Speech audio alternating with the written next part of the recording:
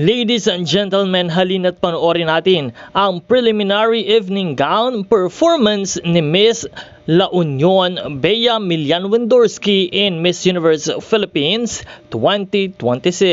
Let's watch this.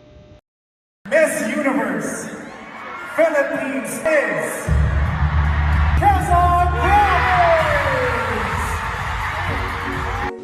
Who will be your next queen? This is Miss Universe Philippines 2026. Subscribe. Magandang araw Pilipinas and good day pageant lovers! Grabe mga kapageant, kung pag-uusapan natin ang elegance, power at presence, hindi pwedeng hindi natin pagtuunan ng pansin ang pasabog na performance ni Bea Milian Wendorski ng La Union sa preliminary evening gown competition. Unang tingin pa lang, boom, napaka-striking ng kanyang aura.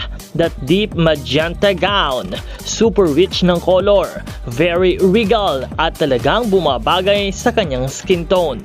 Hindi lang basta gown, kundi isang statement piece. Yung structure sa upper bodies, grabe, parang sculpted art. It enhances her curves perfectly habang nagbibigay ng high fashion edge. For the face and projection, Bea delivered a very controlled yet powerful facial expression. Hindi siya over, hindi rin kulang, sakto lang ang pagiging sophisticated queen. Yung mata niya, dire-diretso ang connection sa camera, alam mong alam niya ang kanyang ginagawa.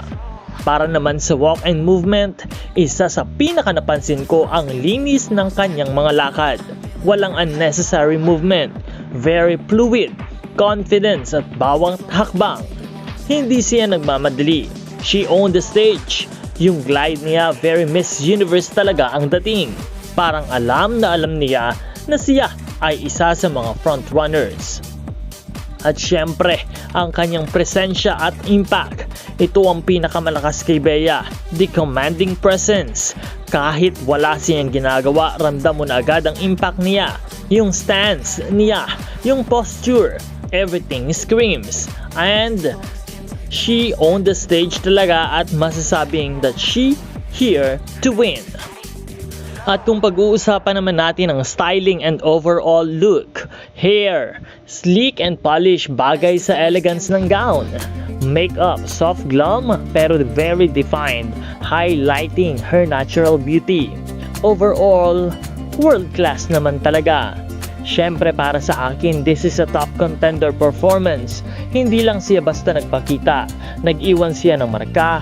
Kung consistency ang pag-uusapan, Bea Milian is definitely one to watch hanggang sa finals.